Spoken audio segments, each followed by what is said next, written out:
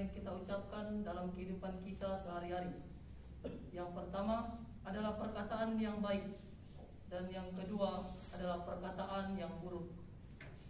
Semua perkataan yang akan kita ucapkan hendaknya kita pertimbangkan terlebih dahulu apakah perkataan itu baik dan benar, sehingga tidak menimbulkan kesalahpahaman yang dapat memberikan luka bagi sesama.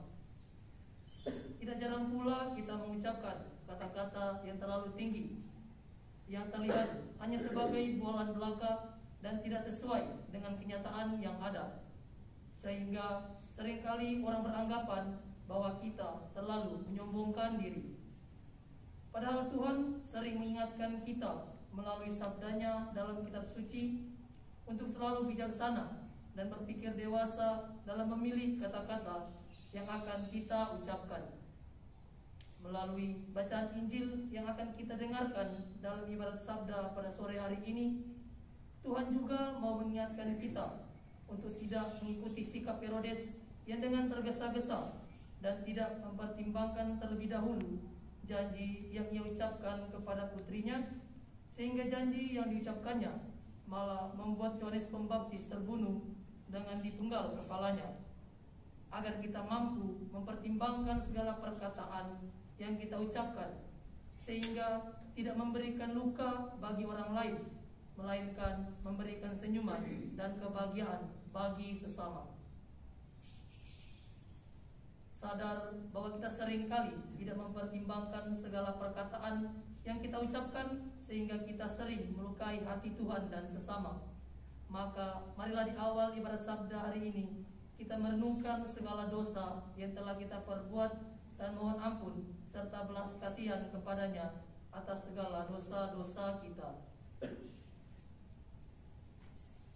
Saya mengaku kepada Allah yang Maha Kuasa dan kepada saudara sekalian bahwa saya telah berdosa dengan pikiran dan perkataan, dengan perbuatan dan kelalaian.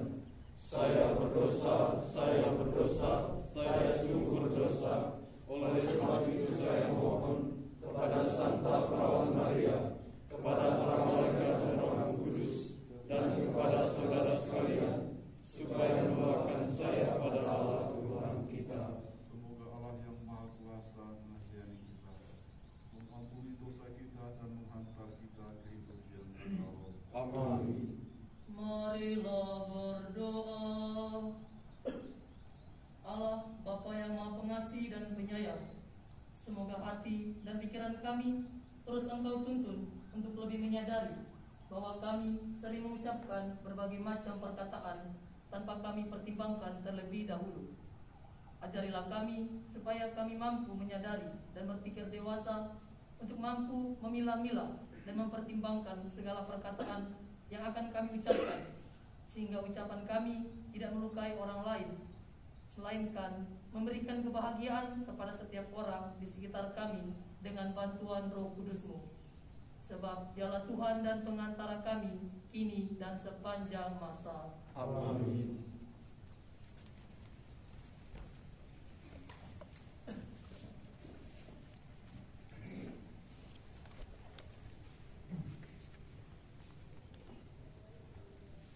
Bacaan dari surat kepada orang Ibrani.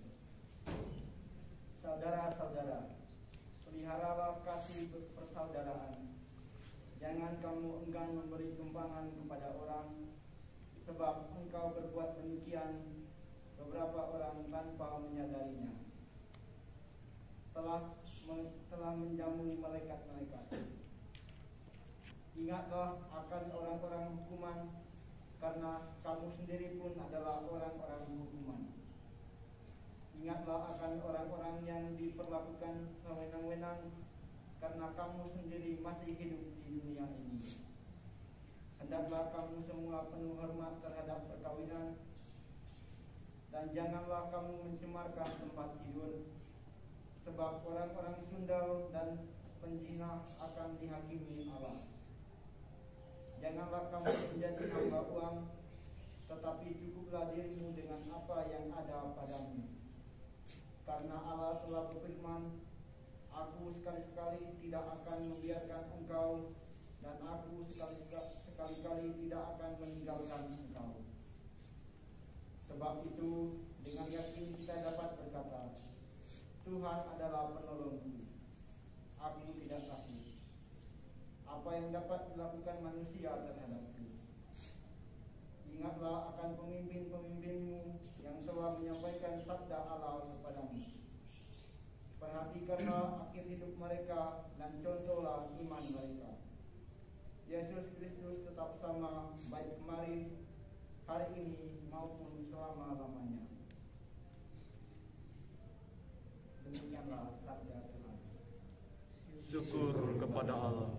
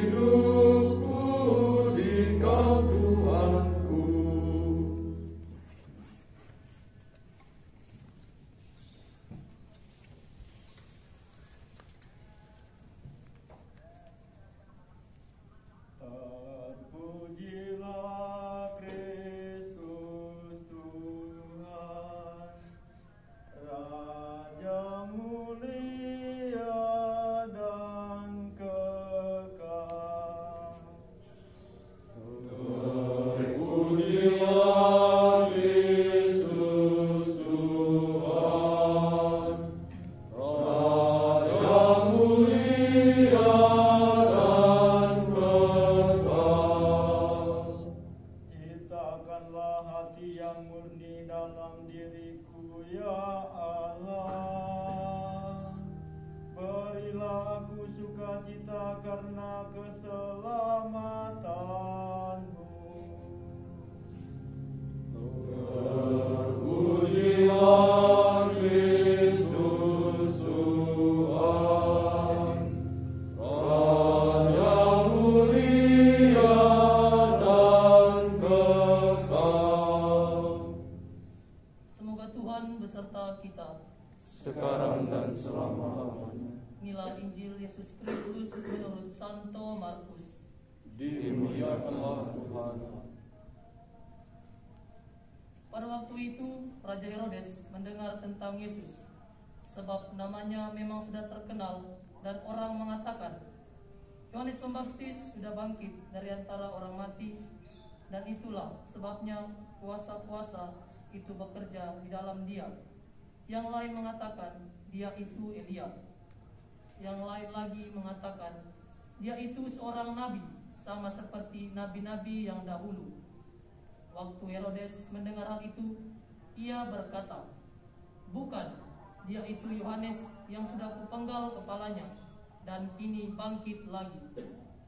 Memang Herodeslah yang menyuruh orang menangkap Yohanes dan membelenggunya di penjara.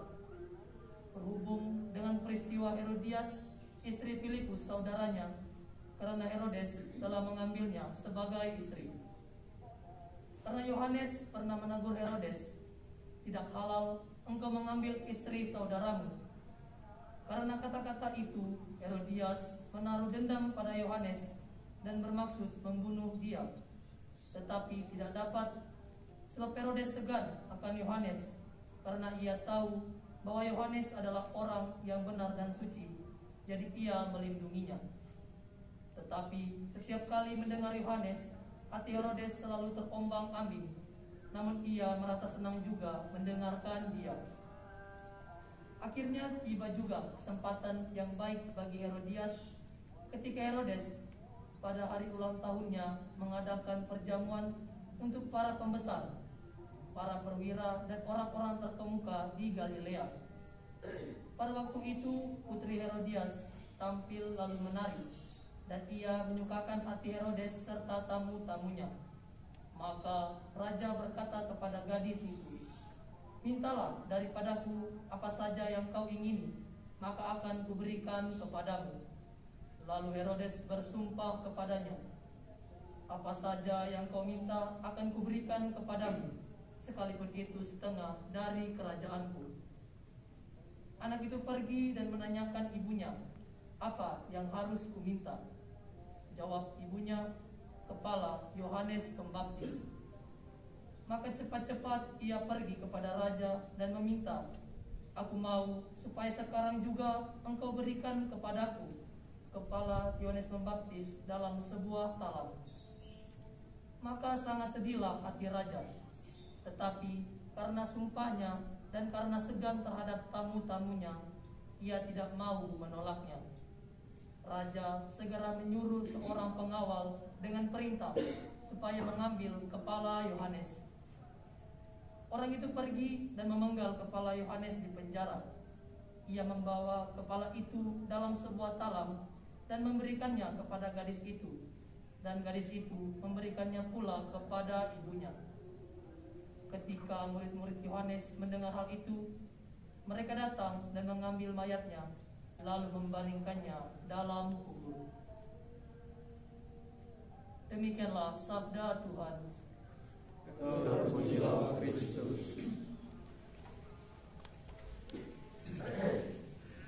Patres dan saudara-saudara sekalian, sebentar lagi kita akan memasuki musim politik pemilihan gubernur dan wakil gubernur, yang tentunya akan diwarnai dengan kampanye-kampanye yang akan dilakukan oleh setiap pasangan calon untuk menyuarakan visi serta misi yang akan mereka lakukan bila mereka terpilih dalam pemilu, dan membujuk masyarakat dengan memberikan berbagai macam hal seperti beras, bola, rokok, uang, dan masih banyak lagi, serta memberikan janji-janji yang menggiurkan seperti akan melakukan perluasan jalan, membuka lahan bagi para petani, dan masih banyak lagi.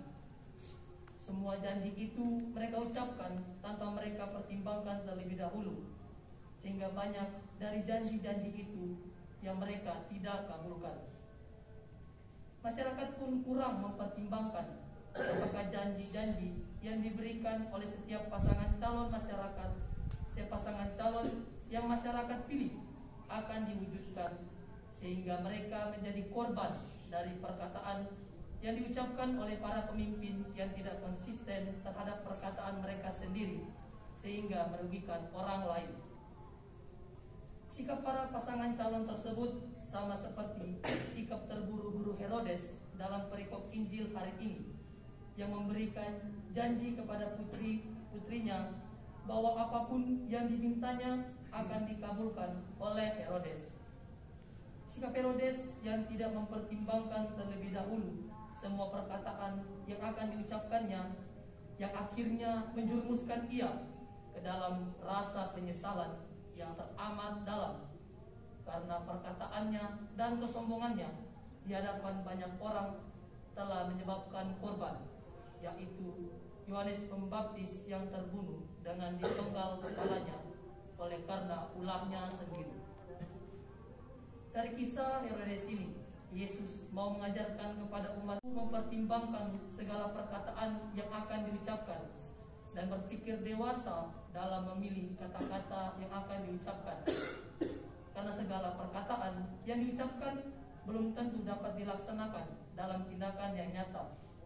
Agar perkataan yang diucapkan oleh seseorang tidak berbalik kepadanya, seperti sebuah pepatah, mulutmu harimau. Maka dari itu, Yesus mau mengingatkan umat manusia melalui kisah Yohanes Pembaptis yang dibunuh akibat sikap tergesa-gesa yang dilakukan oleh Herodes karena memberikan janji kepada putrinya tanpa memikirkan apa konsekuensi yang akan ia terima, supaya manusia mampu berpikir jernih sebelum berbicara, sehingga perkataan yang diucapkan tidak menjadi pedang bermata dua yang dapat memberi luka kepada orang lain dan memberikan dampak yang negatif bagi diri sendiri. Tuhan juga mengajarkan supaya umat manusia mampu bijaksana dalam berbicara, karena bisa saja perkataan yang diucapkan malah menimbulkan permasalahan yang dapat mengganggu orang lain dan dirinya sendiri. Terkadang dalam kehidupan kita seringkali asal melontarkan berbagai macam perkataan tanpa kita sadari dan pertimbangkan terlebih dahulu.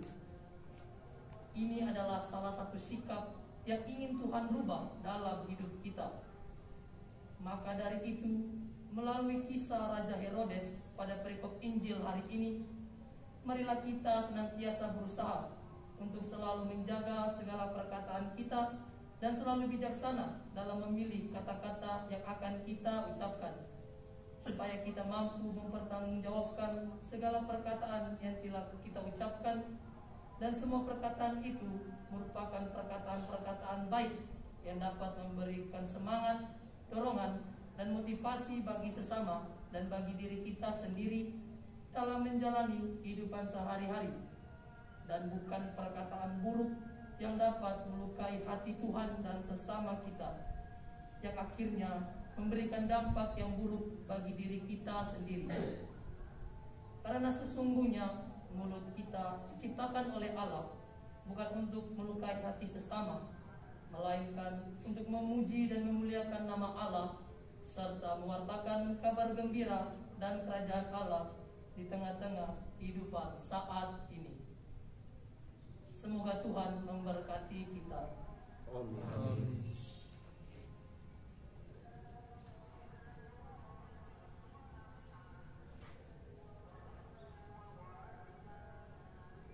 Pater dan saudara-saudara yang terkasih, setelah kita mendengarkan sabda Tuhan dan merenungkannya, marilah kita bangkit berdiri dan mengungkapkan iman kepercayaan kita dengan bersama-sama mengucapkan doa aku percaya. Kita bersama-sama. Aku percaya kepada Allah, Bapa yang Maha Kuasa, Pencipta langit dan bumi, dan akan Yesus Kristus, Putranya yang tunggal Tuhan kita, yang dikandung dari Roh Kudus, dilahirkan oleh Perawan Maria, yang menderita sengsara dalam pemerintahan Pontius Pilatus, disalibkan, wafat dan dimakamkan, yang turun ke tempat kematian, pada hari ketiga bangkit dari antara orang mati, yang naik ke surga, duduk sebelah kanan Allah Bapa yang Maha Kuasa, dari situ akan datang mengadili yang hidup dan yang mati. Aku percaya kepada Roh Kudus, Gereja Katolik yang kudus, persekutuan para kudus, pengampunan dosa, kebangkitan badan, kehidupan kekal. Amin. Saudara-saudara yang terkasih dalam Kristus, marilah dengan segenap hati kita memanjatkan doa kepada Allah Bapa yang Maha Kuasa, yang dengan setia mendengarkan doa-doa orang beriman.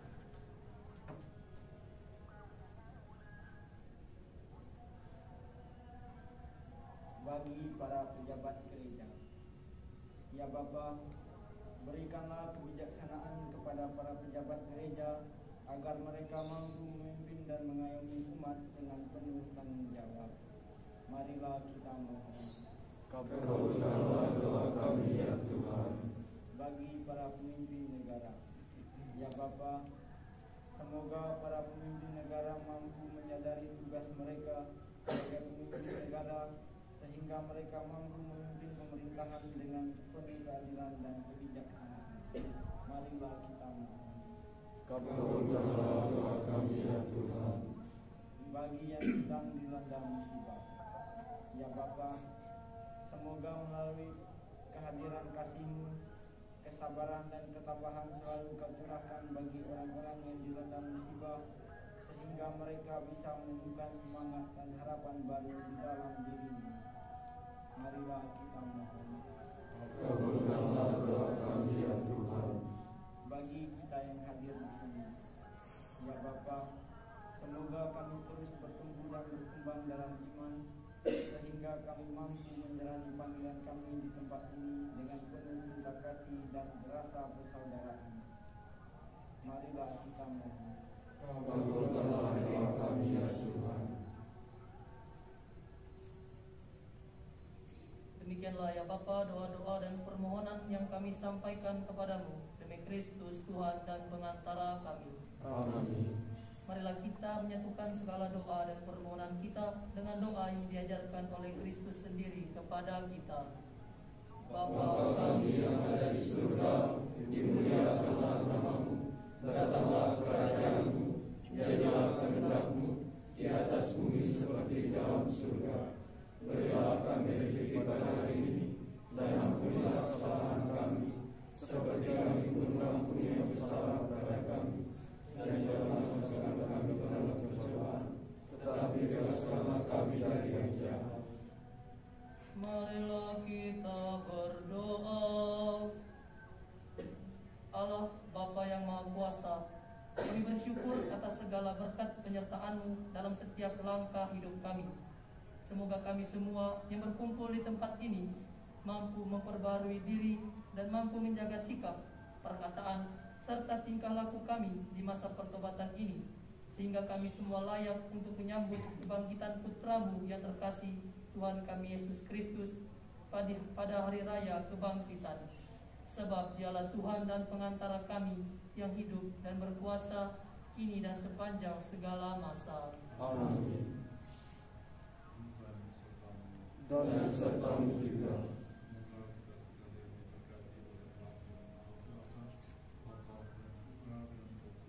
Amin. Patres dan saudara-saudara sekalian, dengan demikian ibadah sabda kita pada sore hari ini telah selesai. Syukur kepada Allah.